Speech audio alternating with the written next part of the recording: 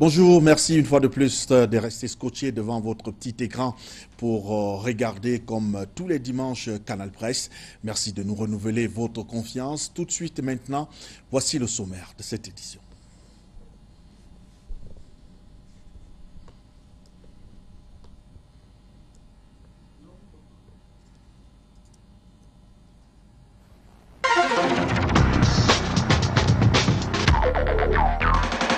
Amadou et Binita sont tous deux journalistes camerounais. Ils exercent aux côtés de Pom-Pom depuis 10 ans. Leur chance, c'est d'avoir commencé par la presse écrite avant de passer par la radio et la télé et autres presses cybernétiques. Quand on leur parle de la Journée internationale de la liberté de la presse, il leur vient 3 idées à l'idée. D'abord, en collant à l'actualité, la réglementation donne à constater une loi récente sur l'audiovisuel sans que celle de 1990 ne soit révisée. La police administrative de la presse écrite relève toujours le ministère de l'administration territoriale et de la décentralisation et celle de l'audiovisuel au ministère de la communication. Et depuis 2012, le Conseil national de la communication est devenu un organe décisionnel. Mais il s'agit d'une architecture institutionnelle qui modifie en rien la situation économique de la presse qui a été habituée à recevoir par pitié l'aide publique à la communication privée dont certains supports bénéficient toujours d'un concept très particulier et contrôlé, à savoir la tolérance administrative. Et du coup, et selon certains observateurs, le contenu de certains médias donne à réfléchir. Et que dire des titres déontologiquement incorrects, au point où le président Pourbiya lui-même se refuse les conférences de presse avec sa presse. En revisitant cette histoire, l'histoire de la presse camerounaise comparativement à autrui, n'oublions pas, messieurs, l'aspect conditions de vie et de travail des journalistes camerounais. Travailler et prendre la peine chez nous est toujours agréable, sauf que le travail appelle surtout l'emploi.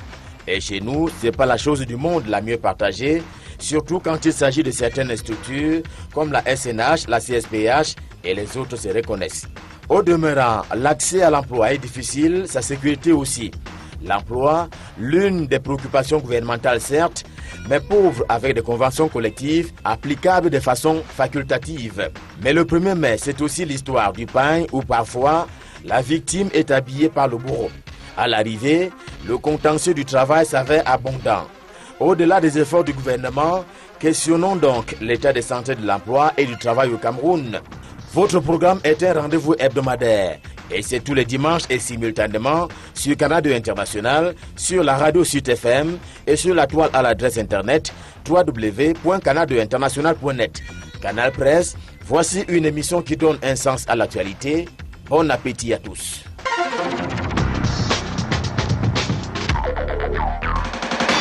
Merci Ghislain Pierre et Sono que je propose de retrouver ce soir quand il sera 20h30. Il sera dans l'arène avec un syndicaliste, ce sera donc l'arène. 20h30. On accueille à présent nos différents panélistes sur Canal Presse. Isaac Bissala, bonjour, bienvenue. Bonjour téléspectateurs de Canal 2. Un syndicaliste peut en cacher un autre. Isaac Bissala, vous êtes le président de l'UGTC, c'est bien cela? Oui.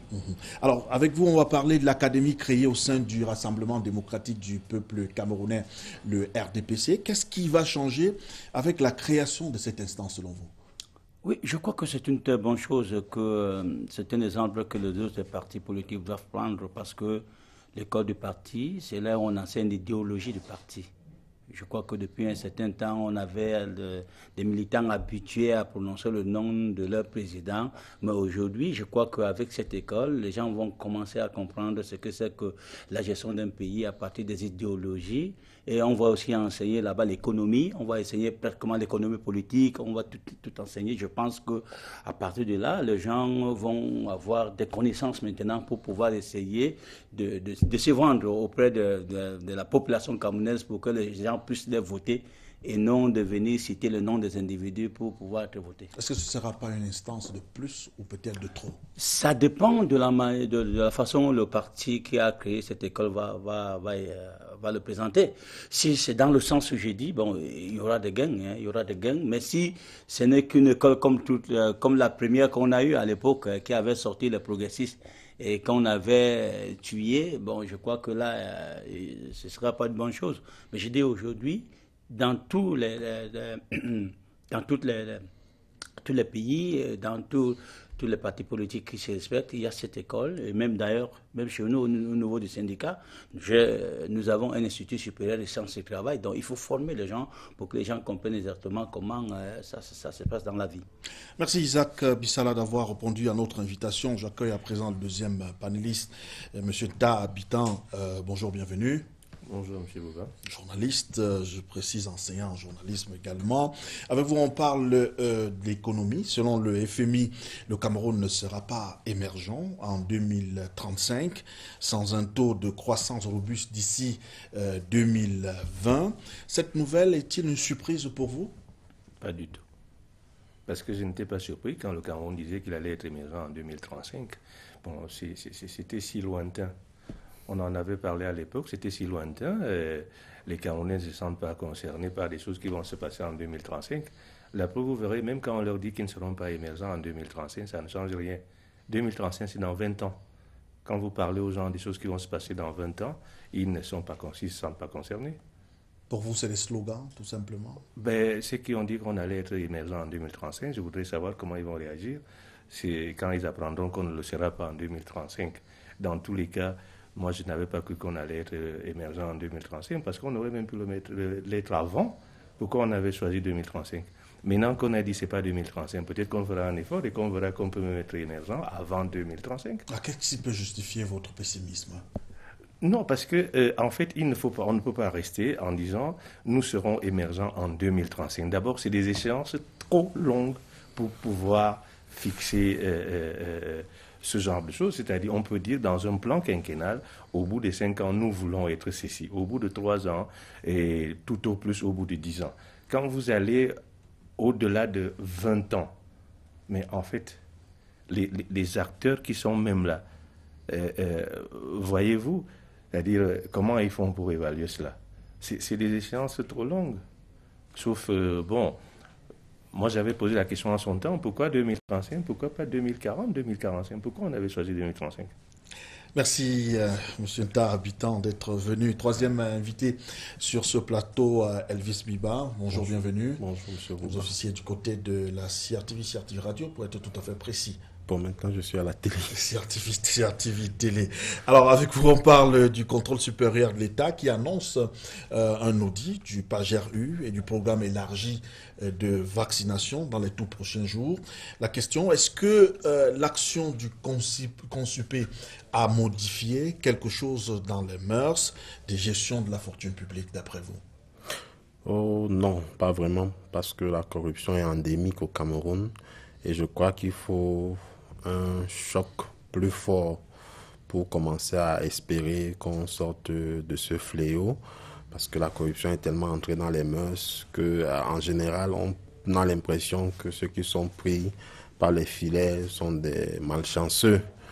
Le contrôle supérieur de l'État fait son travail. Il est bon que les organismes de contrôle fonctionnent. Mais je pense que pour lutter contre la corruption au Cameroun, il faut des actions plus fortes. Et je crois qu'il n'y a que le président de la République qui peut poser des actes susceptibles de nous faire sortir de cette corruption. Malheureusement, je pense que ce qu'on a fait jusqu'ici n'est pas suffisant.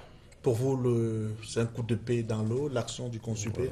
Il y a des actes forts à poser à un très haut niveau. L'action du Consupé, bon, malheureusement, on entend souvent dire qu'elle-même, elle est très politique. Bon, c'est cette action-là.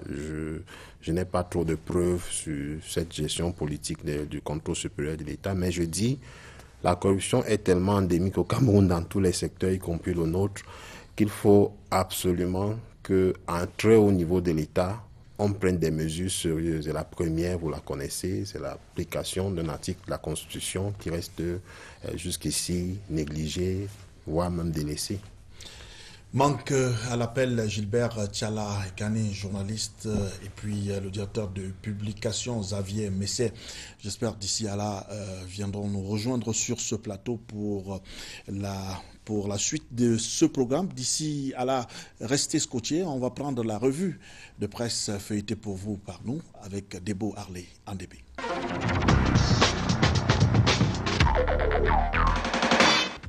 Ouvrons la scène par le satisfait du chef de l'État sur la mobilisation contre Boko Haram, Paul Biya, qui s'exprimait vendredi 24 à la cour d'honneur de la brigade du quartier général, en présidant la cérémonie du triomphe de 2 promotions de l'école militaire interarmée, 2 promotions d'ailleurs à la une principale de Cameroun Tribune. Parlons ensuite de la colère qui gronde chez les instituteurs. La publication d'une nouvelle cuvée de maîtres des parents suscite des grincements de dents sur fond de soupçons de corruption dans la liste d'immutation. Des noms de ceux qui n'ont jamais été maîtres des parents y figurent. Les responsables de la délégation régionale renvoient tous les plaignants au niveau des services centraux du ministère de l'Éducation de base. Ça ne va pas dans les hôpitaux, là-bas, dit notre santé, les jeunes paramédicaux multiplient les erreurs et la pratique des soins infirmiers. Les anciens tirent la sonnette d'alarme et fustigent les recrutements fantaisistes. À lire également dans le journal, près d'1 million de moustiquaires imprégnés qui cherchent preneurs. Des stocks récemment acquis grâce au budget d'investissement public et d'autres du Fonds mondial s'emmagasinent dans les formations sanitaires dans l'attente des cibles. Dans la rue, dit l'intégration de Thierry Ndongona, se murmure une révolte contre le franc CFA, une marche contre l'ignoble symbole de la présence et de la domination française au Cameroun a été réprimée à Yaoundé par la police le 26 avril dernier.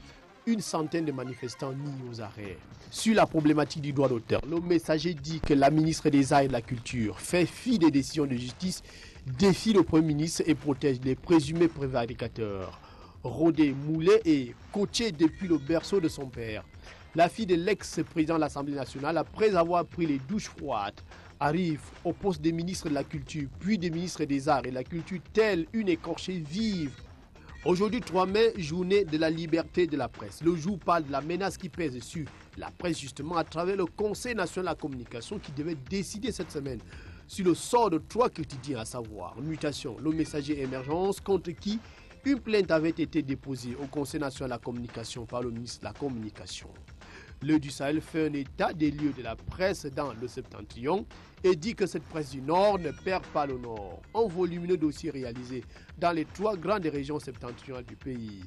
La presse est également le repositionnement de Jeune Afrique qui fait ami-ami avec le gouvernement camerounais. Ainsi, après ses livraisons sur l'affaire Guérandi Bara et le péril jeune, le magazine panafricain consacre pas moins de 20 pages au Cameroun dans son édition en kiosque avec une tonalité à l'apaisement. Le langage n'est pas à l'apaisement dans le Parlement français. Ouest Littoral rapporte que 2 élus français, avec des mots durs, ont décrit la situation sociopolitique du Cameroun dans un rapport issu d'une mission d'information sur la stabilité et le développement de l'Afrique francophone, provoquant ici une vive polémique au sein de la classe politique française. Les performances économiques du Cameroun sont en baisse, c'est un indicateur qui inquiète, indique le quotidien de l'économie, reprenant le Fonds monétaire international qui était en mission cette semaine au Cameroun.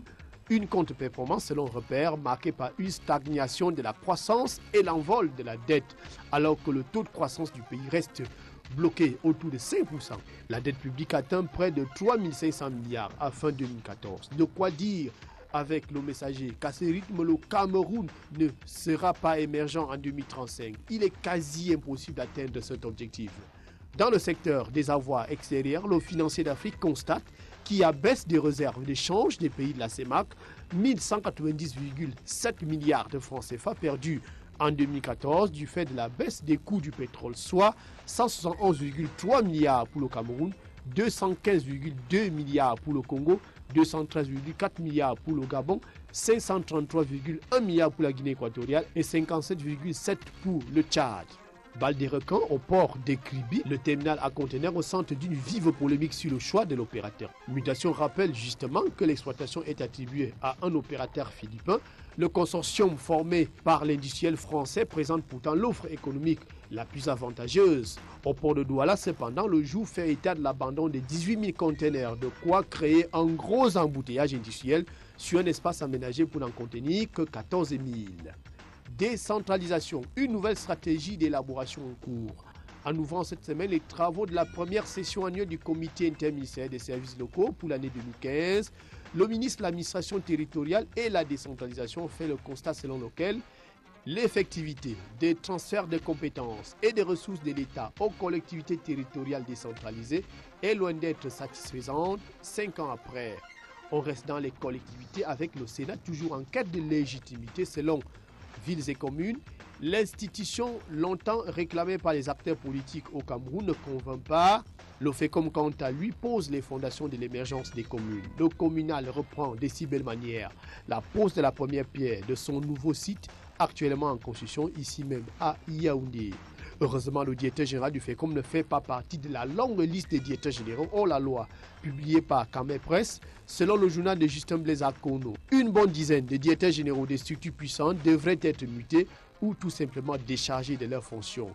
En pied de une du journal, on parle alternance dans les partis politiques avec ce constat: des partis politiques au Cameroun n'ont que des chefferies politiques en démocratie. Tous les présidents de toutes ces formations politiques n'ont presque pas changé de bail au Cameroun. Il est du SDF, de l'UNDP, de l'UDC et bien sûr du géant RDPC qui vient de créer son académie, structure appelée à assurer la formation politique adéquate aux militants et élus du parti. Mais question de mutation, une académie pour qui, pourquoi faire et pourquoi après? Si la création de cette instance est saluée par les militants, ces derniers réclament la prise d'autres décisions importantes dans le parti politique au pouvoir. À dimanche, si plaît à Dieu.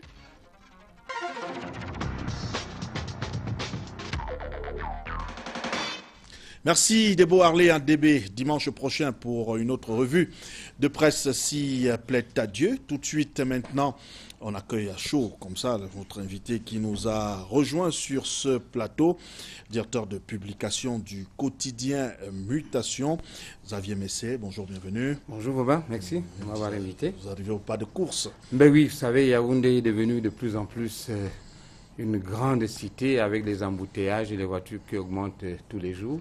Il faut aussi penser à augmenter les rues. Alors, on parle de plus de 5000 morts au Népal à la suite d'un séisme. Lorsque vous suivez une telle information, vous dites que la nature est impitoyable à l'égard de l'homme, ou alors vous engagez la responsabilité de l'homme tout court? Ben aujourd'hui, ce matin à 5 heures, on parlait de 8000 morts. On n'est plus à 5000, c'est déjà 8000 morts, au-delà même d'ailleurs. Vous savez, il y a des phénomènes que les hommes peuvent maîtriser grâce à la science. Il y a d'autres qui sont des phénomènes qui sont au-delà, n'est-ce pas, de la technique, de l'intelligence de l'homme.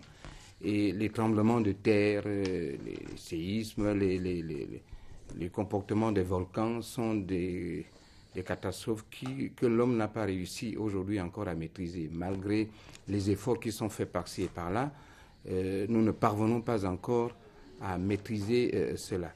Vous savez, en 1986, le Cameroun a eu sa première grande catastrophe avec l'éruption de lac Nyos, qui a connu des milliers de morts en vie humaine, des milliers de pertes d'animaux. Et si on a réussi à sortir de l'eau, le gaz qui dormait sous les eaux de lac Nyos et des lacs voisins, mais cela ne veut pas dire que nous soyons à l'abri totalement de ce genre de phénomène. Je pense que l'humanité, en ce qui concerne la recherche volcanique, en ce qui concerne la recherche des phénomènes naturels, elle avance, mais elle n'a pas réussi aujourd'hui à trouver des solutions qui puissent mettre l'homme à l'abri. Vous savez, des pays comme le Japon, qui sont techniquement avancés, n'ont pas réussi jusqu'ici à contrôler cela. Donc, les efforts humains se font au niveau des infrastructures, la consolidation des bâtiments, mais la nature est impitoyable, vous l'avez dit. On ne peut pas impliquer l'homme, n'est-ce pas, dans ce comportement naturel, que, ma foi, nous souhaiterions qu'il soit de moins en moins, n'est-ce pas, si nous avons vu ce qui s'est passé dans un pays très puissant techniquement comme les États-Unis, où il y a eu des milliers de morts. Nous avons une pensée pour ces pertes en vie humaine au Népal. Nous pensons que cela ne va pas souvent se reproduire. Merci d'être venu. Cameroun, gloire et déboire des travailleurs, c'est la première thématique consacrée à ce programme. Construire l'avenir du Cameroun dans la paix, la solidarité et le travail décent. Tel est le thème de la 129e édition de la Journée internationale du travail qui s'est célébré vendredi dernier. Je pose la question en tant que syndicaliste. Quel commentaire vous inspire cette thématique? Bon, vous savez, nous disons souvent que les thèmes de fête de travail au Cameroun sont des slogans. Sont des slogans. Mais il faudrait vous dire que le thème de l'Organisation internationale du travail était construire l'avenir avec le travail décent. On a donc pris ce thème de l'Organisation internationale du travail, on a ajouté la paix et la solidarité, puisque au Cameroun, on parlait aujourd'hui de guerre. Mais moi, je dis, quand nous étions au ministère du Travail, qu'il y a une première paix que les gens oublient. Et c'est cette paix qui fait en sorte que nous tombons souvent dans les guerres, c'est ce qu'on appelle la paix sociale. Et c'est la paix sociale, si vous n'avez pas la paix sociale dans un pays, c'est ça qui fait appel à l'autre paix politique qu'on appelle la guerre quand vous voyez des armes. Donc, pour moi, aujourd'hui, il faudrait qu'on essaye de tout faire pour qu'il y ait la paix sociale. Pour vous, il n'y a pas de paix, c'est pour ça que vous étiez habillé comme un militaire. Si, un syndicaliste, c'est en perpétuelle guerre. Hein. Nous sommes en guerre tous les jours. Tous les jours. À chaque minute qui passe, j'ai quelque part un travailleur qui m'appelle pour me dire je suis en difficulté. Et si un travailleur est en difficulté, ça veut dire que dans cette entreprise, il y a plusieurs qui sont en difficulté. Donc il faut immédiatement que j'aille voir exactement ce qui se passe parce que la paix est menacée dans cette entreprise. Donc vous voyez, donc permanemment, un syndicaliste est en guerre. Nous n'attendons pas seulement des guerres politiques pour pouvoir essayer, comme je vois ces derniers temps-ci, mais il faudrait que nous avons pour obligation de faire en sorte qu'il y ait la paix sociale et pour qu'il n'y ait pas la paix, qu'il n'y ait pas la guerre. Alors, M. Tabidan, est-ce que cette thématique ne cadre pas avec la réalité dans la province septentrionale du pays, à l'extrême nord précisément, la situation? Je ne sais pas s'il y a autant de travailleurs dans cette région-là, mais je note qu'il y a toujours un problème dans la domestication des thèmes des journées internationales.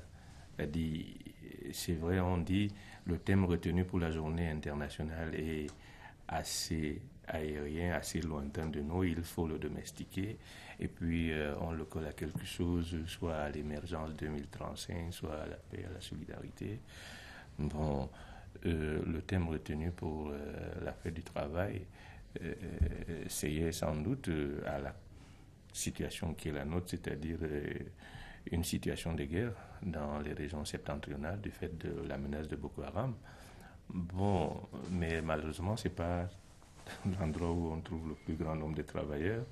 Et je me demande si on ne pouvait pas exprimer cette solidarité autrement que en domestiquant le thème, en y mettant cela. Vous attendiez à quoi, par exemple? Bon, on n'était pas obligé de coller les problèmes des travailleurs à la guerre ou à ce qui se passe à l'extrême nord. Non, pas du tout. C'est-à-dire on aurait pu prendre les problèmes quotidiens des travailleurs. Et le problème qui se passe à l'extrême nord, ce n'est pas un problème des travailleurs. Ce n'est pas un problème des travailleurs. Donc on aurait pu regarder en discutant avec ceux qui sont des travailleurs qui sont organisés à travers des syndicats, qu'est-ce qui peut être le thème de réflexion de cette année. La guerre contre Boko Haram, ce n'est pas un problème de travail. Alors, Xavier Messé, est-ce que le contexte sécuritaire dans la région de l'extrême nord n'impose pas aux Camerounais de fêter de manière particulière cette année, par exemple? Mais nous ne saurons rester indifférents par rapport à ce qui se passe à l'extrême nord. Les comportements des Camerounais, on essaie de les adapter à ce qui se passe à l'extrême nord. Il n'y a pas de raison que d'un côté, il y a des Camerounais qui pavoisent et de l'autre côté, il y en a qui sont dans la souffrance. Donc, ce qui fait que on ne devrait pas attendre une journée internationale du travail pour partager les souffrances de nos compatriotes de l'extrême nord. C'est une donnée permanente, on vit ça, on doit faire avec. Et qu'on puisse accoler, n'est-ce pas, aux souffrances, à la guerre que nous connaissons à l'extrême nord, une journée internationale du travail, je crois que c'est un peu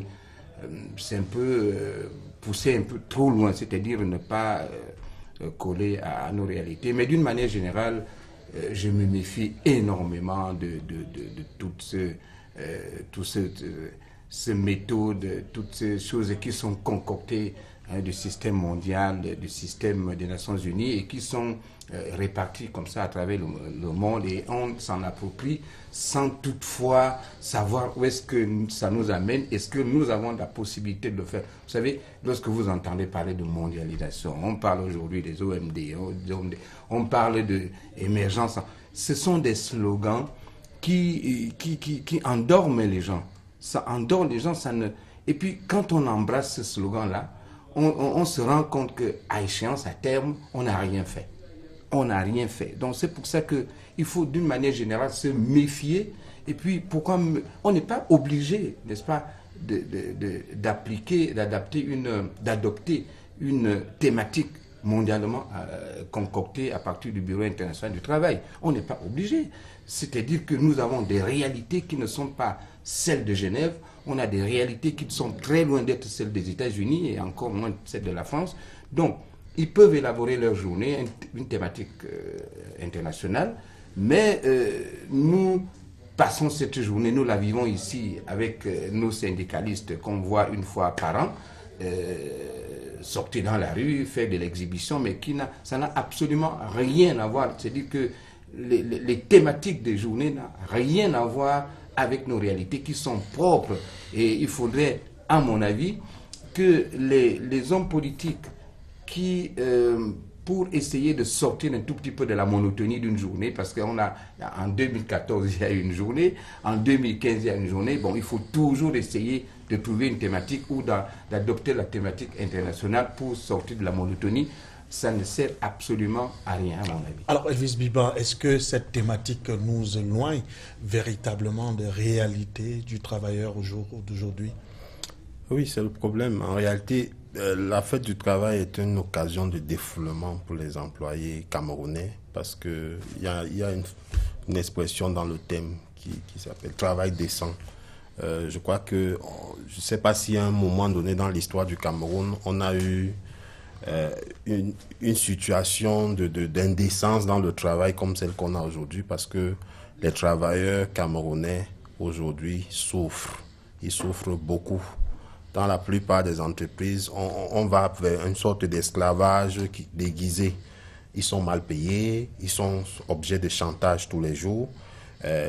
On avait des secteurs comme le secteur bancaire où on croyait que les gens étaient mieux payés, mais on a des institutions aujourd'hui qui vraiment font n'importe quoi. Et le problème, c'est que le ministère du Travail, et une fonction qu'on appelle inspecteur du travail, ils sont au courant de tout ça, mais ils sont entrés dans un système où ils sont tous corrompus. Aujourd'hui, ils sont plus proches des patrons que des employés. Et malheureusement, on vit la pire période de notre syndicalisme, où la plupart des centrales syndicales se divisent chaque jour. Dès que il y a un petit problème, quelqu'un va créer une nouvelle centrale, c'est une nouvelle opportunité de se faire de l'argent. Et il y a un désordre fou comme ça. Donc, lorsqu'on célèbre la fête du travail, c'est peut-être un moment d'avoir un regard critique sur toutes ces choses qu'on est en train de négliger, de perdre. Parce que quand on dit travail aujourd'hui au Cameroun, c'est vraiment la débrouillardise. Alors, Isaac Bissala, vous voulez réagir? Non, je veux réagir. Je ne veux pas laisser passer certaines déclarations, surtout le grand frère Xavier Messé. Il faudrait vous dire que le monde du travail... Il dit qu'on ne vous voit pas trop, on vous voit une fois là. Non, je vais répondre. Nous sommes dans un monde du travail qui est dirigé par l'Organisation internationale du travail. Le Cameroun est membre. C'est plutôt on n'a pas obligé le Cameroun à adhérer à l'Organisation internationale du travail. Dès que l'Organisation internationale du travail a déjà arrêté un thème, tous les membres de cette organisation doivent le respecter. Et je suis membre du conseil d'administration, membre suppléant du conseil d'administration du Bureau international du travail. Mais ce qui est clair, c'est ce qu'il dit. Normalement, si on parle du jour de travail décent, il faudrait qu'on explique aux gens ce que c'est que l'organisation attend de travail décent. L'organisation internationale du travail dit que nous devons avoir des entreprises qui créent des emplois, des entreprises qui respectent les droits des travailleurs, la protection sociale et le dialogue social, c'est tout ce que l'organisation internationale dit. Et au vu de ce que mon voisin vient de dire, ce n'est pas ce qui se passe au Cameroun. Et c'est vrai ce qu'il dit, ce n'est pas ce qui se passe au Cameroun. Alors, Isaac Bissala. Nous sommes dans la jungle. Nous sommes dans la jungle aujourd'hui parce qu'il a dit quelque chose de pertinent. On passe là comme ça facilement. Il y a des gens qui nous écoutent. Et quand on dit qu'on ne voit pas les syndicats, je ne sais pas où on attend. Les syndicats sont dans les entreprises. Mais je vais vous dire où on doit les attendre. Si vous voulez, je vais vous dire. Voilà. Alors, vous voulez que je vous dise où on attend le syndicat? Oui. Bon, ok. Je vais vous dire ceci. Les travailleurs, les travailleurs, leur action ne commence pas et ne se limite pas pendant qu'ils sont actifs. Ça se prolonge. Même quand ils vont à la retraite, ça reste des travailleurs qui ont passé le clair de leur temps, n'est-ce pas, à fournir l'énergie. Oui. Est-ce que vous vous préoccupez de cela? Est-ce que vous voyez la misère dans laquelle les travailleurs, une fois sortis de l'activité principale, rentrent dans une misère totale? Vous pensez à cette catégorie? Mais je vais vous dire, le Cameroun est l'un des pays où lorsqu'un travailleur sort de l'activité principale, il tombe dans une des misères jamais vues.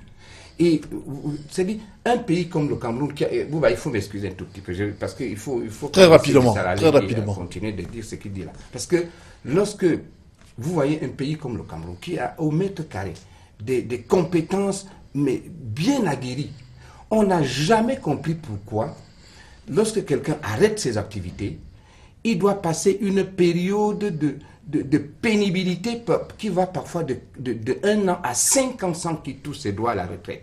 Alors que le syndicat doit appuyer cette action, faire des pressions à la fois au gouvernement et aux entreprises, de sorte que 1 an avant, on doit commencer à savoir que tel travailleur doit arrêter ses activités. Une question de planification. Qu'il n'y ait pas une vacance entre son dernier mois de salaire et le premier mois de la retraite. Lorsque vous voyez donc des syndicats qui s'occupent d'une espèce d'ostentation de manière permanente, sans s'occuper de ces réels problèmes, mais vous demandez à quoi ils servent. Mais c'est ça le véritable problème. Elvis Bimba parlait de la corruption, c'est votre avis? Écoutez, est-ce que c'est ça la réponse aux préoccupations de Xavier Meïssène? Effectivement, je crois que les journalistes ne savent pas exactement ce que font les syndicats au Cameroun. Quand nous sommes chaque fois en train de parler à la CNPS, je viens d'avoir 7 délégués du personnel licenciés à la CNPS. Vous savez pourquoi? Pourquoi ces délégués du personnel sont licenciés? C'est tout simplement parce qu'ils étaient en train de dire ce que vous nous demandez de faire. Quand on demande à la CNPS de déplafonnement, vous nous entendez chaque jour pour dire qu'on ne peut plus laisser à 300 000 francs, qu'il faut augmenter. Il s'agit de ces personnes-là qui sont parties en retraite. Mais le déplafonnement, c'est l'État qui doit décider. Non, ce n'est pas l'État qui doit décider. La Caisse nationale de protection sociale, c'est les employeurs, c'est les travailleurs. Et nous, le directeur général de la CNPS a accepté que lui, il peut bien augmenter, mais c'est le gouvernement qui refuse. Alors, on reviendra à vous tout à l'heure sur la question syndicale, mais je voulais m'interroger, je voulais me retourner vers l'État habitant, poser la question. Si on vous demandait de jeter un regard général sur la situation du travailleur camerounais aujourd'hui, quel serait ce regard? C'est un regard pas très rassurant. Pas très rassurant parce que, d'abord, qu'on prenne le travailleur qui travaille dans l'administration publique ou qui travaille dans l'administration privée, je crois que en restant dans l'administration publique, quand je regarde le gap qu'il y a entre ce que gagne un fonctionnaire et un contractuel, bon, c'est pas normal pour des gens qui travaillent parce que dans un bureau, quelle est la différence entre un contractuel et un fonctionnaire? Bon, même s'il doit y avoir des différences, est-ce qu'au niveau des salaires, on doit avoir ce type de choses? Et c'est pour ça que quand je regarde les demandeurs d'emploi et je regarde la disponibilité de l'emploi, et au milieu, ceux qui travaillent, l'avenir ni de l'un ni de l'autre n'est rassurant. Vous qui parlez de syndicalisme, M. Biaïla, moi je crois le syndicalisme, avant 1966, on avait un pluralisme. Après, l'UNC est né et l'UNTC a été créé dans les années 70-72. Et puis c'était le syndicat unique comme le parti unique. On a dit non, mais vraiment, si on revenait au pluralisme, là, ça va marcher. On est revenu au pluralisme. Mais c'est curieux que c'est quand on revient au pluralisme qu'il y a plus de désordre, qu'on sait le moins bien.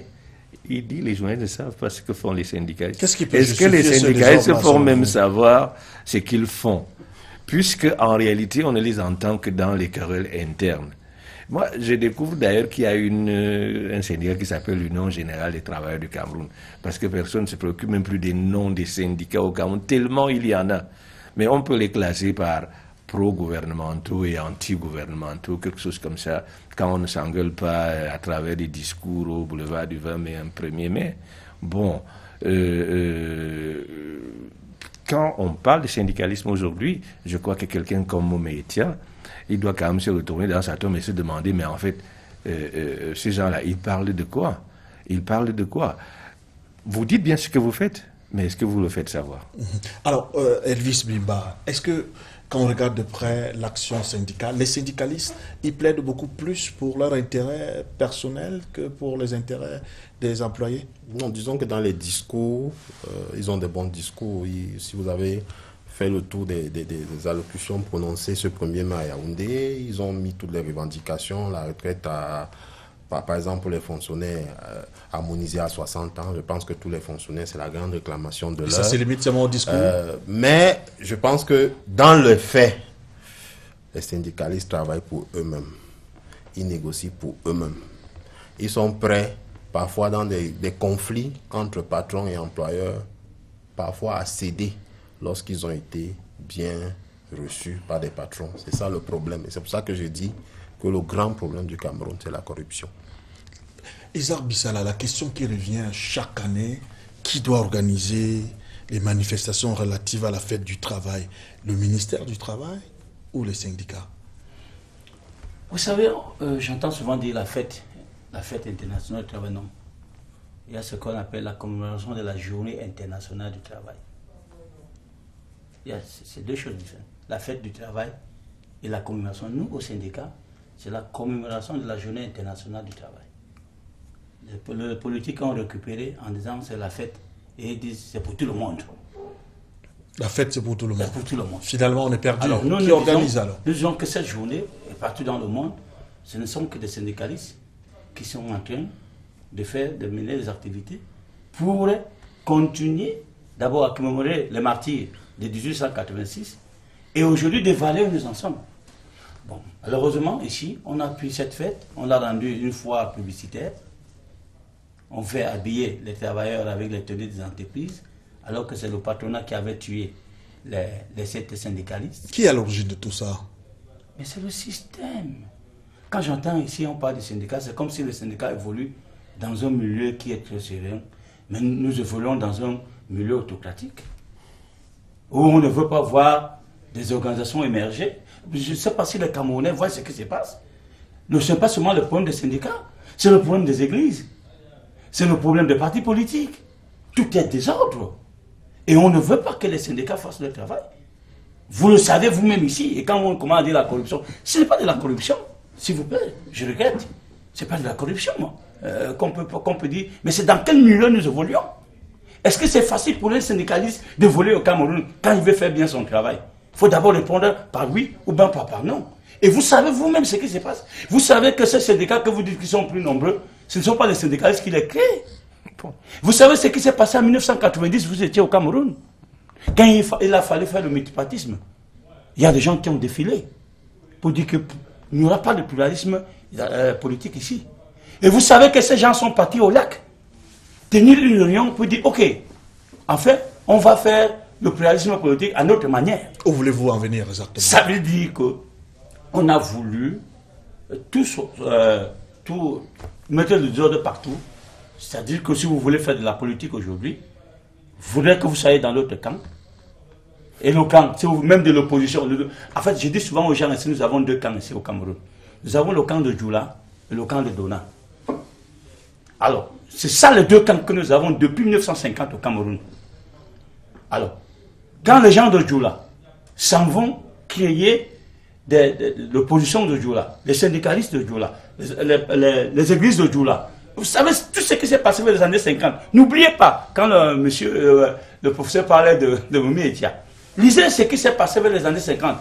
Tout ce que vous êtes en train de décrire comme ça s'est passé dans ce pays à partir de 1950, où il y avait plusieurs syndicats, plusieurs partis politiques. On faisait ça pour nuire le mouvement qui était là, qui faisait du bien pour le peuple camerounais. Donc, nous avons des difficultés à évoluer. Comme tout à l'heure, nous allons voir sur le deuxième thème. Quand on va aussi vous parler du journalisme aujourd'hui, vous allez voir que effectivement, c'est la même chose que vous décrivez au niveau des syndicats, qu'on va retrouver maintenant dans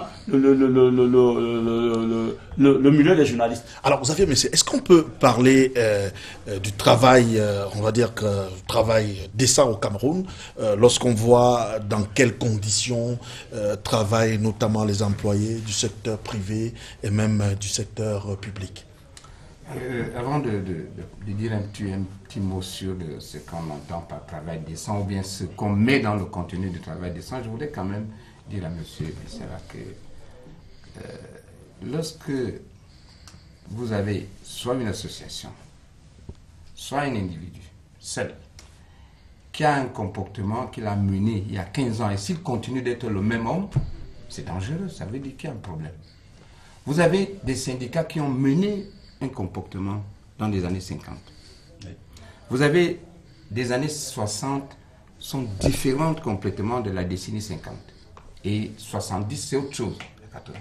Alors, si vous pensez que votre comportement aujourd'hui doit être en fonction de ce que vous avez été en 1950, ça veut dire qu'il y a un problème. Il y a un problème. On ne peut pas avoir le même discours en 1950 qu'en 2015. Cela veut dire qu'il y a un problème. C'est à vous donc de vous regarder dans la glace et de savoir quel est votre problème. Parce que si vous êtes figé dans le comportement de 1950 pour continuer d'avoir des mentalités de 1950, c'est que vous êtes un problème à la société. Il faut donc vous interroger vous-même. Non, là, je vais répondre. Ce que je voulais dire. Juste une précision. Juste une précision. Ce que je voulais dire, c'est que le système ne veut pas des syndicats forts. Et c'est ce qui s'est passé vers les années 50. On ne veut pas des syndicats forts dans ce pays. Mais qu'est-ce qui constitue un système? D'accord, merci pour cette précision. Voilà. Pour revenir maintenant à la question, on va avancer. C'est des hommes. Okay. Ça veut dire que si vous êtes facilement manipulable, cela veut dire que vous posez un problème à la société. Revenons maintenant à la question. Mais je vais dire, le travail décent, vous savez, comme je l'ai dit tout au début de ma première intervention, moi, je me méfie des concepts, je me méfie des thèmes, je me méfie des concepts qui sont concoctés au-delà de notre territoire, au-delà de nos réalités, et qu'on vient nous imposer, n'est-ce pas, pour appliquer. Alors, j'avais interrogé un responsable du BIT qui se trouve à Yaoundé. Qu'est-ce que vous mettez dans le contenu du travail décent? J'ai dit, qu'est-ce que c'est qu'un travail décent? Et pour qu'il y ait un travail décent, il faut qu'il y ait un travail indécent. Alors il m'a dit, le travail décent, c'est un travail qui est bien rémunéré, c'est un travail où le travailleur bénéficie de tous ses droits sociaux, c'est un travail pour lequel il peut s'exprimer librement. Alors je dis, de toute façon, s'il en est ainsi, il faut écarter donc la majorité des travailleurs du Cameroun. Parce que les travailleurs du Cameroun, c'est ceux-là qu'on retrouve dans l'informel. C'est ceux-là qu'on retrouve dans des domestiques. C'est la majorité. Donc ça veut dire qu'au Cameroun, le travail décent, c'est un mot qu'il faut complètement oublier. Si vous prenez une des rues de Yaoundé et le syndicat, la CNPS a mis sur pied un système qui consiste à canaliser tout ce genre-là. Et lorsque vous voyez l'apport de l'informel dans l'économie du Cameroun, vous verrez que cet apport est très très important dans le fonctionnement de l'économie du Cameroun.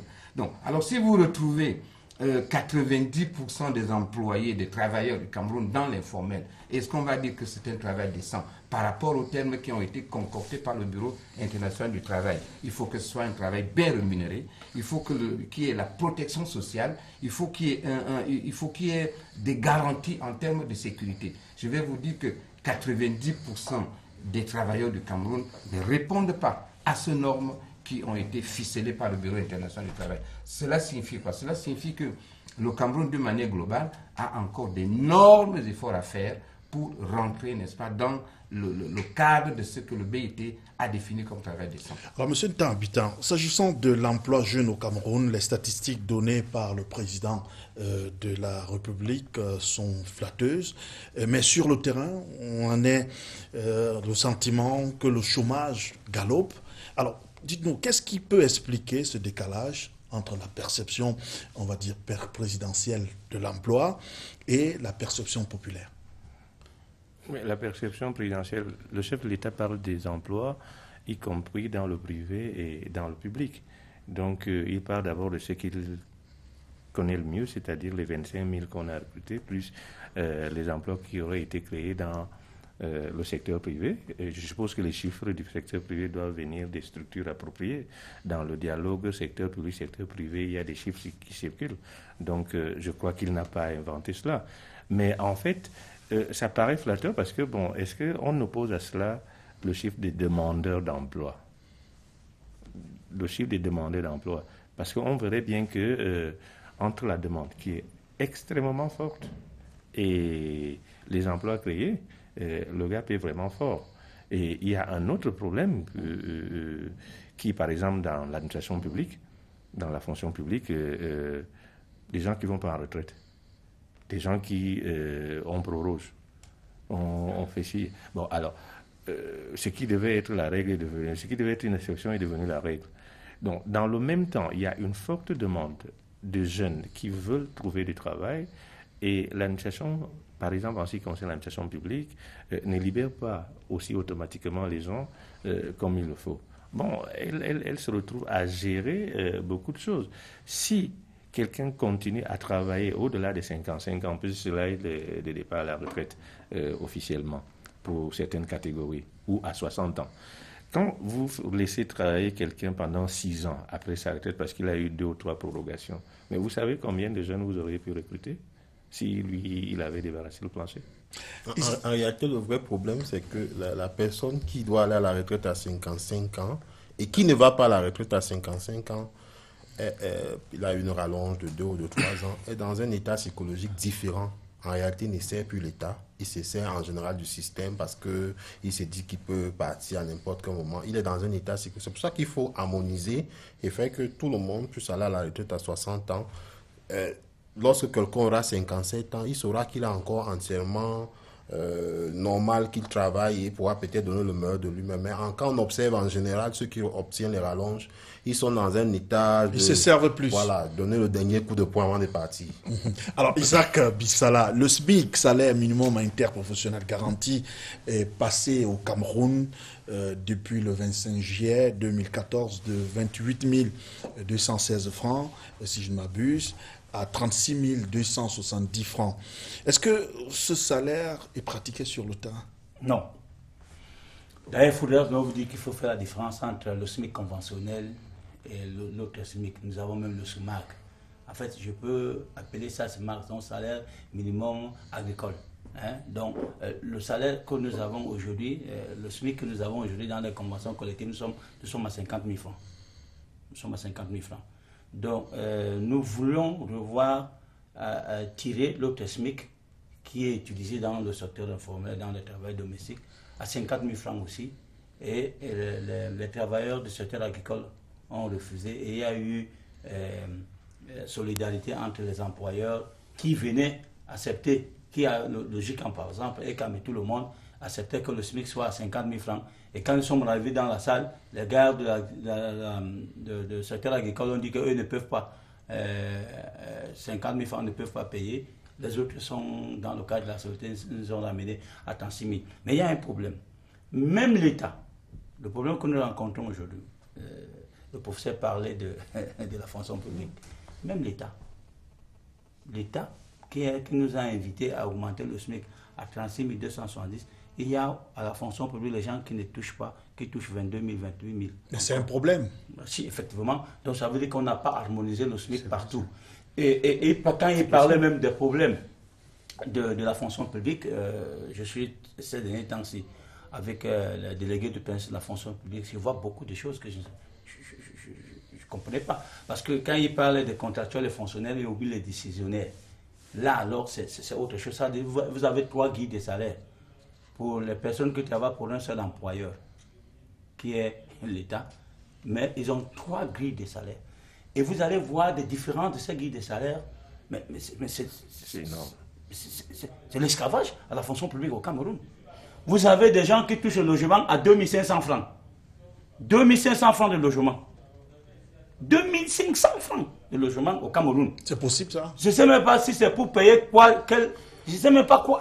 Vous me dites, allez, je vous donne l'information, allez lundi voir monsieur le ministre des Finances. Hein? Vous lui posez la question, mais quand vous montez la grille des salaires, donc le SMIC ne répond pas, mais en fait, Normalement, en économie, le SMIC est souvent calqué sur le niveau économique et le niveau des emplois et le niveau des conditions de vie des travailleurs. Donc, ce sont des études.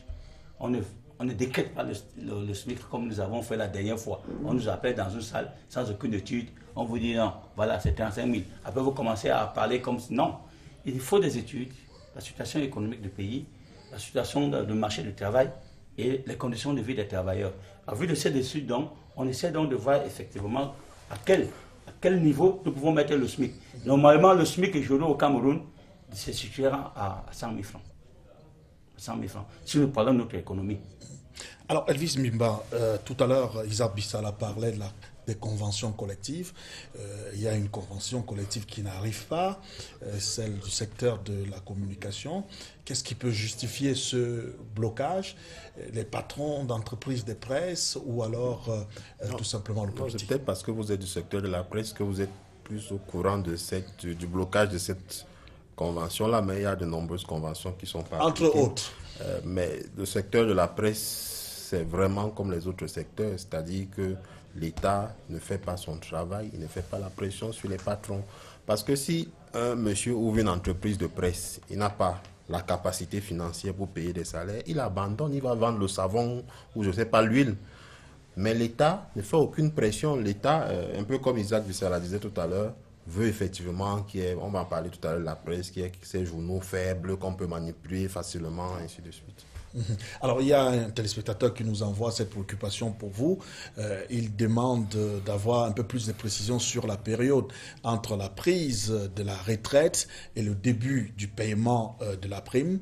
Il dit qu'il y a des gens qui mettent plus de 3 ans avant de commencer à toucher leur retraite. C'est un problème qu'a posé Xavier Messé et vous n'avez pas apporté des explications. Voilà ce que les tests disent. 6 mois avant votre départ en retraite, on doit déjà vous notifier.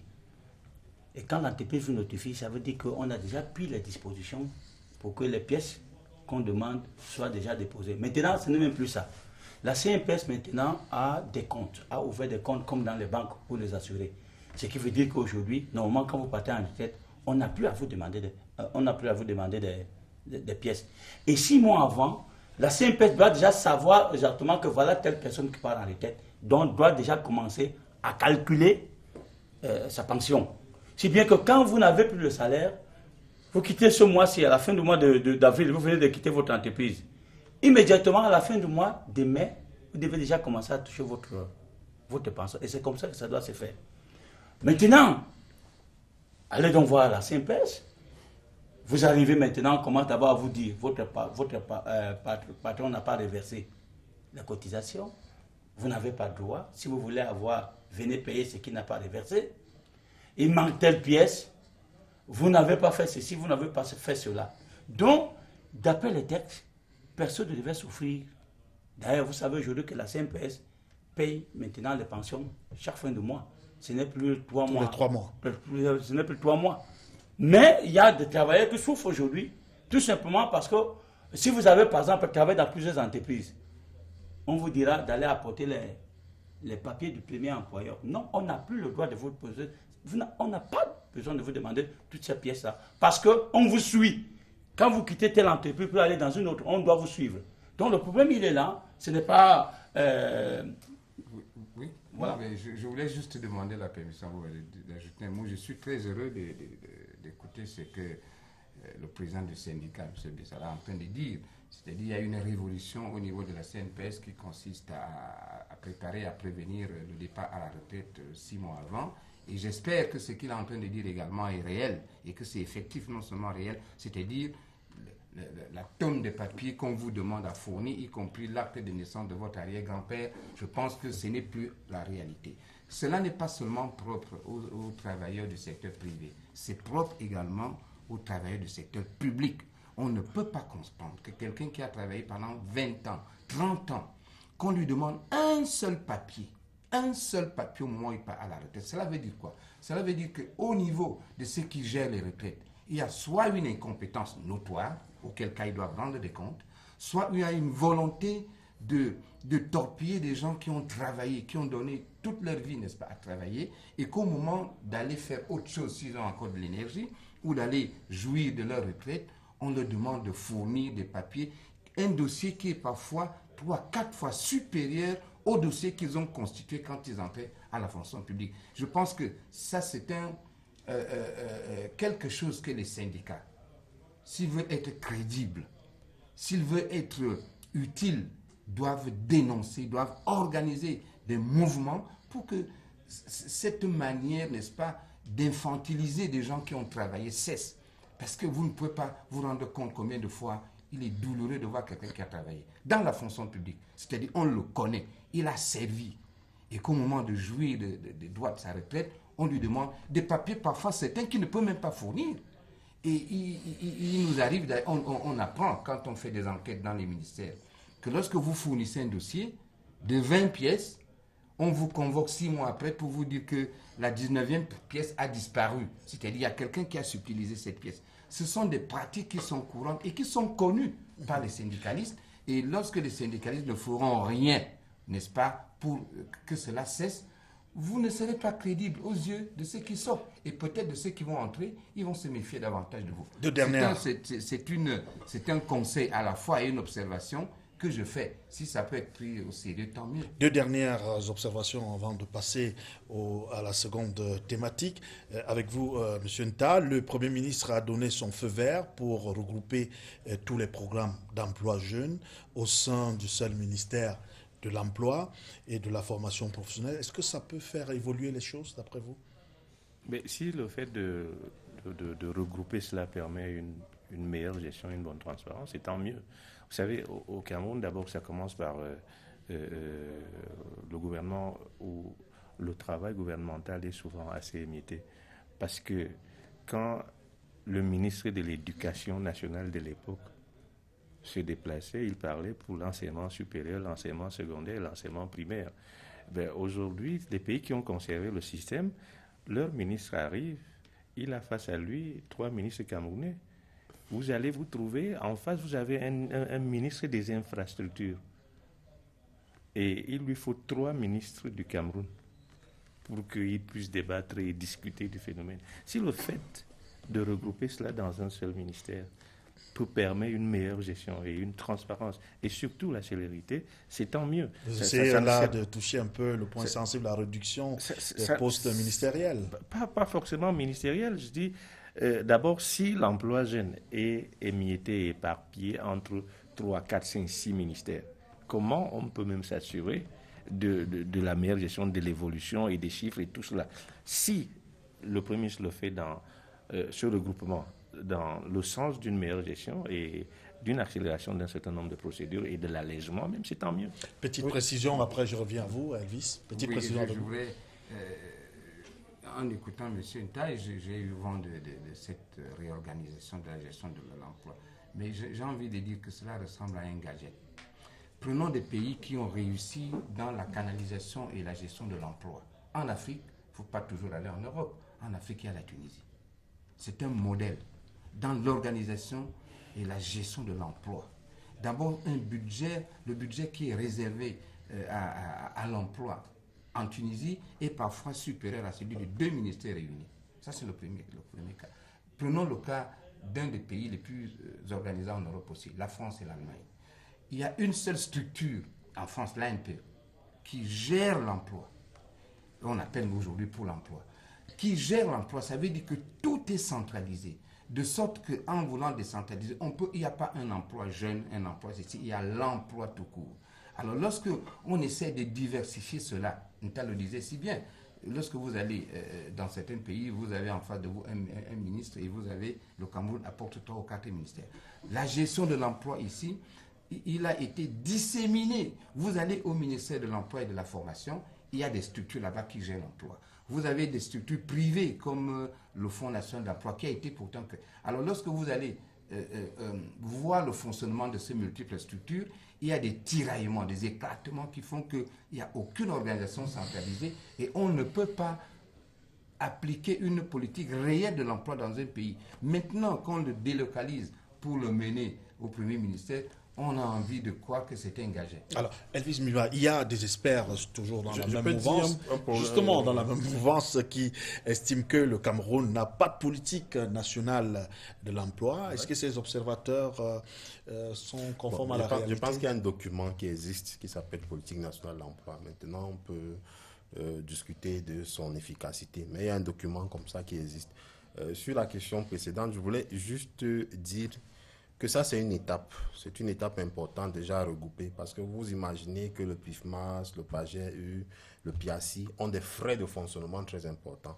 Donc, en regroupant dans un seul ministère, on réduit déjà tous les frais de fonctionnement. Ces structures vont être dissoutes ou bien c'est juste... On a dit qu'on va rassembler tout au ministère de l'Emploi, mais il y a une deuxième préoccupation qui émerge d'ailleurs dans le propos de M. Messé. C'est qu'il faut également arrêter de multiplier les programmes et peut-être mettre tous les fonds dans un seul projet. Parce que quand on crée le PIACI, quand on crée le PIFMAS, le PAGEU, le Fonds national de l'emploi existe déjà. Et le Fonds national de l'emploi, c'est une initiative publique. Donc, on ne peut pas comprendre que ce Fonds national de l'emploi existait, mais on a choisi. Peut-être pour des querelles de personnes, peut-être parce qu'on reprochait quelque chose à celui qui dirigeait la structure. Pour l'éviter, on crée un autre programme.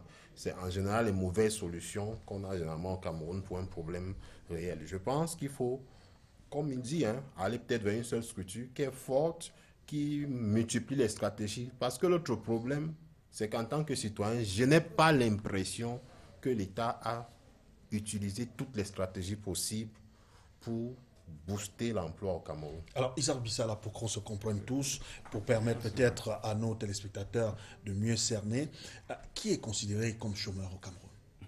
Bon, avant d'abord de répondre à la question, je ne peux pas évacuer rapidement le débat sur la politique nationale de l'emploi. Non, nous avons adopté, je crois que depuis 2008, nous avons adopté...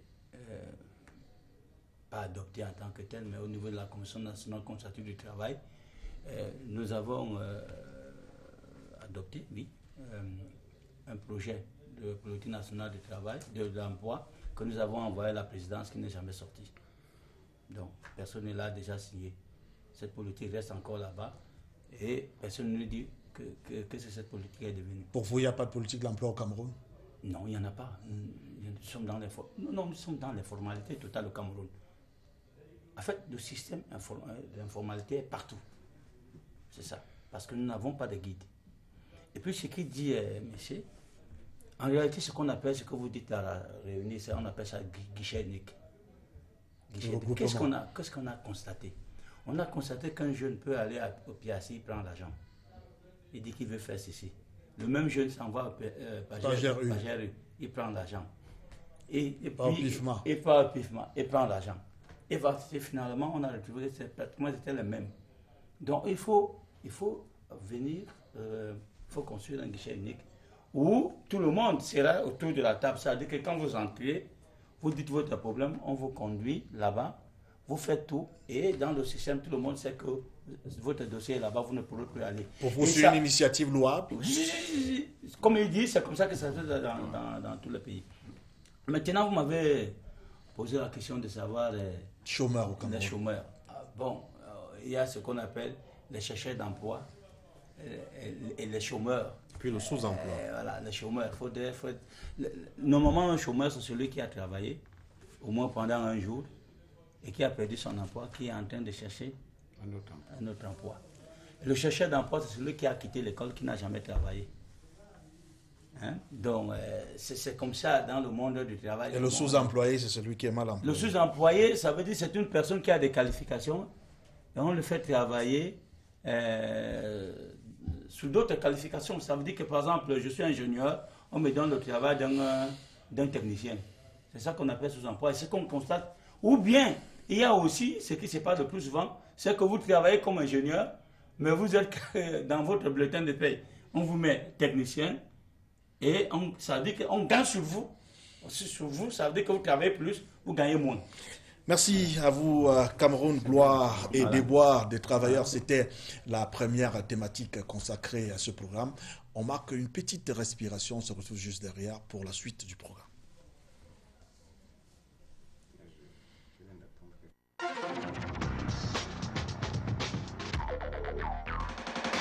On prend le thème consacré à la liberté de la presse, réalité et défis. Quel est l'état de, je commence par vous, M. Nta, quel est l'état de la liberté de la presse au Cameroun, d'après vous? L'état de la liberté de la presse, bon, comme il n'y a pas un appareil qui mesure la liberté de la presse, comme il y aurait un thermomètre pour mesurer en tant qu'observateur, la liberté de la presse au Cameroun connaît des hauts et des bas. De manière générale, elle existe, elle a connu des progrès. Bon, mais on peut regretter que ces derniers temps, il y a comme quelques reculades. Donc, le Cameroun vit presque de manière générale ce qu'on vit dans le monde entier, parce que la liberté de la presse est presque en recul, selon Reporters sans frontières, dans l'ensemble des pays, les 180 pays classés. Donc, au Cameroun, on a noté quand même que des journaux ont été suspendus, des journalistes ont été suspendus également ces derniers temps. C'est autant de choses qui, dans le plan du classement ou de la classification, c'est des éléments qui font que le Cameroun ne soit pas toujours mieux classé, parce que c'est des choses que l'on observe.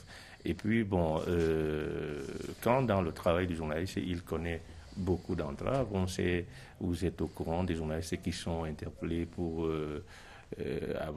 pour qu'on leur demande quelles sont leurs sources, ainsi de suite, impliqués parce qu'ils ont publié tel ou tel document, toutes ces affaires, et puis d'autres pour lesquelles, parce qu'ils ont donné une information, le ministre de la Communication se constitue en accusateur devant le CNC pour le compte d'autres personnes mises en cause.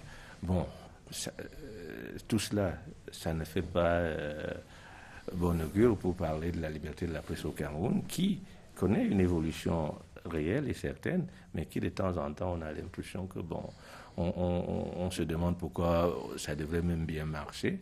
Et puis, il faut donner comme ça des coups de boutoir pour qu'on s'arrête un peu quand même, pour qu'on n'avance pas normalement.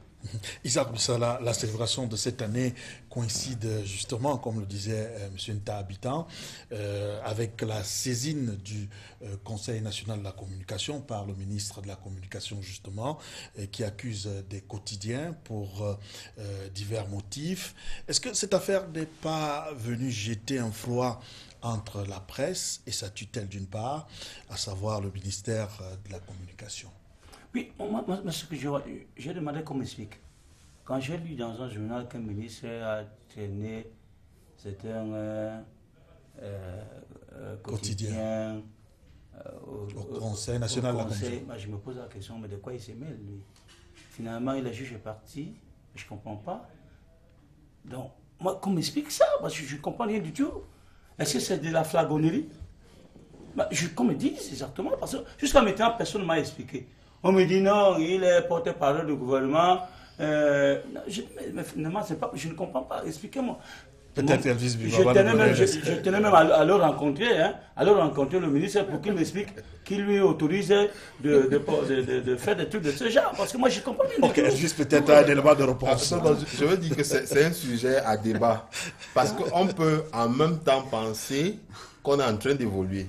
Parce que hier, lorsqu'un journal écrivait et que ça n'arrangeait pas le gouvernement ou le ministre de la Communication, il frappait, il envoyait des gendarmes, il appelait, il menaçait, il y avait des menaces au téléphone, ainsi de suite.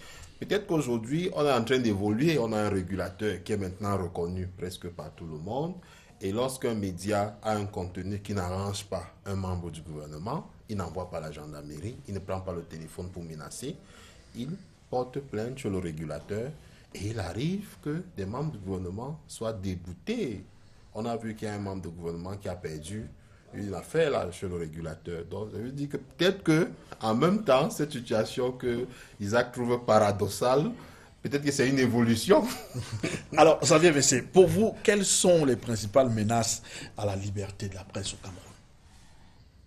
Je ne sais pas, il y a plusieurs niveaux de menaces. Mais la première menace, c'est d'abord le journaliste lui-même. Et je crois que c'est le journaliste lui-même. Parce que lorsque le journaliste n'arrive pas entièrement à appliquer les règles de déontologie, lorsqu'il n'arrive pas à se démarquer d'un certain nombre de personnalités physiques ou morales qui sont en face de lui, il constitue une menace pour la profession et pour lui-même. Donc, en quelque sorte, je vais dire que il faut que les journalistes s'approprient de leur métier, qu'ils le maîtrisent, qu'ils sachent les tenants et les aboutissants, qu'ils sachent que à tel moment, je peux dire telle chose sans risquer quoi que ce soit. Et même s'il arrive que par complaisance, d'autres forces en face, que ce soit la justice ou le gouvernement, vous traînent devant les tribunaux, que ce soit des tribunaux des régulateurs, si on peut appeler ça ainsi, ou les tribunaux de la justice, que le journaliste qui est conscient d'avoir fait son travail, qui ne perde pas la face. Si ces régulateurs ou si cette justice est juste, si elle est équitable. Donc, le journaliste est la propre menace. Parce que quand on lit à un certain moment donné, on dit certains titres, ou on écoute certains débats dans des radios ou des télévisions, j'avoue que par moment, on n'est pas fier de cela. Ensuite, après le journaliste Après le journaliste, il y a le pouvoir économique. Il est très fort, il est très puissant. Aucune entreprise de presse ne peut se passer de pouvoir économique. On a tendance à ne regarder que le pouvoir politique, hein, n'est-ce pas, avec la répression et tout ça. Mais on oublie facilement le pouvoir économique qui agit dans l'ombre, mais qui est d'une force extraordinaire et qui peut, s'il veut, il peut asphyxier. Il peut asphyxier parce que non seulement il peut couper des vivres, n'est-ce pas, une entreprise de presse, mais lorsqu'il n'y a pas beaucoup de salariés qui ont un pouvoir d'achat pour pouvoir acheter la presse, n'est-ce pas, et tout cela vient également du pouvoir économique. Je pense que la seconde menace la plus forte, c'est le pouvoir économique. Et on peut situer par catégorie, n'est-ce pas, le pouvoir politique, dont on peut se passer à un moment donné, parce que lorsque le journaliste fait correctement son travail, il n'a peur ni de la justice, ni du pouvoir politique. Alors, Isa Bissala, d'abord, ensuite... Oui, je voudrais dire ici que il faudrait d'abord que nous sachions exactement à quoi sert le journalisme dans un pays. La presse, alors. Oui, la presse. À quoi ça sert? Si nous n'arrivons pas à dire ce que ça peut apporter dans le développement d'un pays, on va faire comme on a parlé pour les syndicats. Là, maintenant, on va se retrouver dans votre... Ce sont des hommes qui doivent vivre, qui doivent avoir des familles. Personne ne pense à ça. Alors, tant que moi, je suis depuis 30 ans ici à Yaoundé, je travaille avec les journalistes depuis 30 ans. Je sais comment les journalistes vivent. Si les journalistes continuent à vivre dans cette situation de pauvreté, de précarité, n'attendez rien, n'allez pas lui dire s'il fait bien quoi? Parce qu'il n'a pas le temps de bien faire, parce qu'il passe 90% de son temps à réfléchir à ce qu'il va manger. Donc il n'a plus le temps d'aller faire son papier, parce qu'il a faim. C'est de ça qu'il s'agit. Donc il faut prendre au sérieux ce métier. Au sérieux. Parce que c'est ce métier qui fait pratiquement le développement d'un pays. C'est ça qui fait les grands. C'est ça qui peut faire que quelqu'un devienne président de la République. C'est ça qui fait que quelqu'un peut devenir ceci, cela et machin. Et si on ne prend pas au sérieux la presse, vous n'aurez pas ce que vous demandez là. Alors, Elvis Biba, sur la question du financement, quand on regarde l'aide accordée aux médias, est-ce que cela ne peut pas compromettre, par exemple, on va dire un peu les missions même idoines de ces organes de presse, quand on sait que lorsque l'État vous accorde, on va dire, des moyens, de quelques millions pour pouvoir fonctionner. Le journalisme ou alors la presse qui est considérée comme le quatrième pouvoir, en ce moment, va perdre son pouvoir. Ben, moi, je pense qu'on fait un peu la charrue avant les bœufs. Ça y est. L'aide ne peut pas être la matière principale d'une entreprise. L'aide ne peut pas être la matière principale d'une entreprise. Une entreprise, c'est une entreprise constituée, créée à partir d'une étude, à partir d'un secteur bien. En fait, une entreprise de presse doit être une entreprise normale d'abord. Qui doit s'autofinancer. Oui, l'aide vient après. Le problème, c'est, je crois que Isaac essaie de décrire cette sorte de réalité journalistique où tout le monde est directeur de publication, tout le monde a un journal. Je ne provoque pas Xavier, mais je remarque que de mutation, d'il y a 10 ans, on a aujourd'hui peut-être 6 DP qui sont nés qui sont sortis de l'entreprise, et on a aujourd'hui 6 journaux différents qui existent à partir des anciens de mutation. Vous voyez qu'on ne peut pas, il n'y a pas un tissu économique pour faire vivre 500 journaux, il n'y a pas un tissu économique de ce type. Maintenant, on est en train de parler de la télévision, on en crée chaque jour des chaînes de télévision. Est-ce qu'on a un tissu économique pour faire vivre toutes ces télévisions?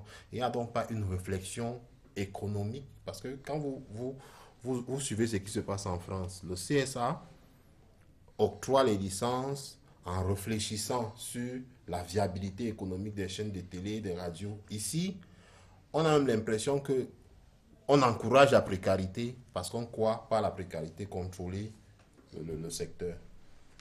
Oui. Petite précision à cela, on va passer à monsieur. Je dirais aussi qu'en économie, il y a ce mot qu'on appelle le besoin. Le besoin. On essaie toujours en économie de régler le problème du besoin. Alors, quand on vient dans un pays où on ouvre des écoles à gauche et à droite pour former les journalistes, est-ce que notre économie a besoin de tous ces journalistes-là? Ce qui fait qu'on forme pour plus que l'économie en demande. Et c'est pourquoi vous voyez aujourd'hui que chacun veut avoir... Il y a des journaux, une fois là, pour vous que l'occasion qui trouve un créneau où il peut mettre quelque chose. Donc le problème aujourd'hui, le vrai problème aujourd'hui, c'est qu'il ne faut pas former parce qu'on veut former. Parce qu'il faut former parce qu'on en a besoin. Et c'est comme ça que chacun trouvera sa place dans la situation économique dont il parle. Alors, M. Ntahabitan, sur la question du régulateur, comment évaluez-vous l'action du Conseil national de la communication depuis sa création et surtout les relations de cet organe avec la corporation? Peut-être, avant de vous dire ce que je pense du Conseil, je voudrais vous dire, parce que je ne suis pas d'accord avec Xavier qui, quand vous lui demandez quelles sont les menaces de la presse, commence par dire les journalistes. C'est vrai. Les journalistes sont une menace pour la profession. Ça, c'est vrai. Mais je ne sais pas si c'est la première menace. Parce qu'en deuxième lieu, pour lui, c'est le pouvoir économique. Et le pouvoir politique viendrait peut-être en troisième lieu. Mais moi, je placerais le pouvoir politique en tête. Je dis tout ce que vous voyez, tous ces désordres-là, tous ces laissés-faire, c'est parce que le politique le veut. C'est-à-dire, on attend du ministre de la Communication qu'il présente le projet de loi révisant la loi de 90 qui organise la profession. On ne voit pas, mais lui, il est à déposer des plaintes au CNC. Donc, les États généraux sont passés depuis 2012. Avant cela, l'Union des journalistes du Cameroun, ayant travaillé avec le syndicat, a fait une proposition, un projet de proposition de loi au gouvernement, déposée à la primature, au ministère de la Communication, pour qu'on revoie la loi de 90 qui est totalement obsolète, qui permet de réorganiser la profession, de voir s'il y a cette visibilité, c'est-à-dire s'il y a la viabilité économique dont parle Mbimba. C'est-à-dire, on ne peut pas. Est-ce qu'on peut créer des journaux pour créer des journaux? On ne peut même pas défendre de créer des journaux, mais est-ce que l'environnement économique vous permet d'avoir plus de journaux ou de chaînes de télévision, ainsi de suite? On n'est pas dans un dirigisme où on dirait, bon, ok, il faut 18 journaux, 22 télévisions, 33 radios. Non, c'est l'environnement économique qui permet que les radios se créent, les télévisions et les journaux. Donc, en fait, le journaliste qui serait une menace pour le journaliste ou pour la profession, c'est parce que le pouvoir politique préfère que tout le monde peut se lever. À un moment donné, les journalistes, à midi, il ne l'est plus. Dans l'après-midi, il réfléchit Et puis le soir, il redevient journaliste et ça arrange le pouvoir politique parce que ça lui permet de résoudre un certain nombre de problèmes. Si on demande au pouvoir politique de présenter une loi qui dit qui est journaliste dans la presse, et il a eu des propositions, il ne le fait pas. Le pouvoir politique, cette volonté-là, si elle est manifeste et concrétisée, le pouvoir économique va suivre et tous les autres, tout cela va se régler. Très rapidement sur la question du CNC. Alors, sur le CNC, maintenant, moi, je veux bien, le CNC, voyez-vous, le CNC prend des décisions. Aujourd'hui, c'est un ministre qui porte même plainte devant le CNC. Alors, moi, je veux bien savoir comment le CNC va connaître de cette affaire dont le plaignant est un ministre, membre du gouvernement, comme par hasard, ministre de la Communication. Le CNC, il n'y a pas longtemps, a pris des décisions. Des gens se sont pourvus devant les tribunaux. On a débouté le CNC, on a suspendu la décision du CNC. Mais moi, si j'étais au CNC, on réfléchirait d'abord avant de prendre une décision, parce que ces gens-là, quand ils iront devant les tribunaux vont suspendre. Vous savez que... Pourquoi le ministre de la Communication, quelqu'un le disait, lui qui est garant de la police administrative, tout au moins en ce qui concerne l'audiovisuel, pourquoi il va porter plainte? Pourquoi il se plaint au CNC? Pourquoi le MINAT, qui est le responsable de la police administrative, agent de la presse écrite, a préféré écrire une note demandant aux gouverneurs, préfets et autres de donner main forte au CNC pour l'application? Pourquoi tout le monde se cache derrière le CNC? Pourquoi on veut faire au CNC ce qu'il ne peut pas, alors que les tribunaux civils sont là aux aguets? Quand vous prenez une décision, on va au tribunal, le tribunal de première instance suspend cette affaire et puis bon, le CNC continue. Ok, Xavier Messé, comment entrevoyez-vous le lendemain de la presse au Cameroun compte tenu des contraintes que nous avons épluchées tout à l'heure? Les lendemains, écoutez, je voulais d'abord... on n'a plus beaucoup de temps. Oui, très rapidement. Lorsque Elvis a dit un mot gentil à l'endroit de mutation que j'ai l'honneur de diriger en ce moment, il a dit que 6 journaux sont nés de personnes qui sont parties de mutation. Je voulais lui dire que cela n'a rien d'étrange ni de mauvais, au contraire. Si vous rentrez dans l'histoire, vous verrez que l'esprit a existé, le temps est né grâce à quelqu'un qui est parti de l'esprit, le monde est né grâce à quelqu'un qui est parti des temps, et que le point est né de quelqu'un qui est parti de l'Express, et l'événement du jeudi, la libération est née de quelqu'un qui est parti. Donc c'est une donnée permanente, c'est un peu partout comme cela. Alors sur l'avenir, l'essentiel étant que ça enrichisse, n'est-ce pas? Sur le lendemain de la presse au Cameroun. Les lendemains de la presse, pas seulement au Cameroun, mais plus particulièrement au Cameroun, la presse ne mourra pas. Au contraire, elle a des lendemains qui sont en perpétuelle mutation. Mais la principale exigence est que les acteurs de la presse puissent s'adapter à ces mutations. Et c'est quoi? C'est le journal en ligne qui est devenu un impératif. Si quelqu'un aujourd'hui se contente tout simplement de faire de la radio, de la télévision ou le journal écrit sans penser au journal en ligne, il risque d'être balayé dans les jours à venir. J'étais un des résistants à la prophétie de Marc Twain. Aujourd'hui, je me rends compte que c'est une évidence incontournable. En 30 secondes, très rapidement maintenant. Que la presse, pour qu'elle puisse survivre, il faut que l'activité économique se développe. En 30 secondes, on va avec la complicité de la régie, on n'a plus assez de temps pour épiloguer sur la question. En 30 secondes, avec la complicité de la régie, l'image de la semaine, cette image macabre du côté du quartier Madagascar, où un voleur de moto a trouvé la mort d'une façon peu orthodoxe, une vindicte populaire. On va peut-être très rapidement calciner l'image du côté de la régie pour dire un ou deux mots sur cette question avec Isaac Bissalam. En attendant l'image, ces populations de Madagascar ont été quand même... Il faut que l'autorité de l'État soit réinstaurée. On ne peut pas laisser chaque Camerounais se faire justice. On ne peut pas. Ça devient déjà la jungle ou bien la cour de roi Piton. Il faut que l'autorité de l'État les fait. Le plus rapidement possible. Il faut que l'autorité, parce que là, il y a eu affrontement entre les populations et les forces de maintien de l'ordre. Voilà, un Camerounais qui a été calciné, c'est triste. Bon, vraiment, on ne peut pas défendre la justice populaire. Il faut arrêter très rapidement ce genre de phénomène qui se développe dans notre société, mais qui interpelle les autorités administratives et sécuritaires. Il faut que chacun fasse son travail. Il faut que chacun fasse son travail. Merci, cher monsieur, d'être venu. On n'a plus assez de temps. Je vous donne rendez-vous dimanche prochain pour une autre édition de Canal Presse, la rediffusion de ce programme. C'est lundi quand il sera à 23h. D'ici à là, gardez le sourire. Bien le bonjour.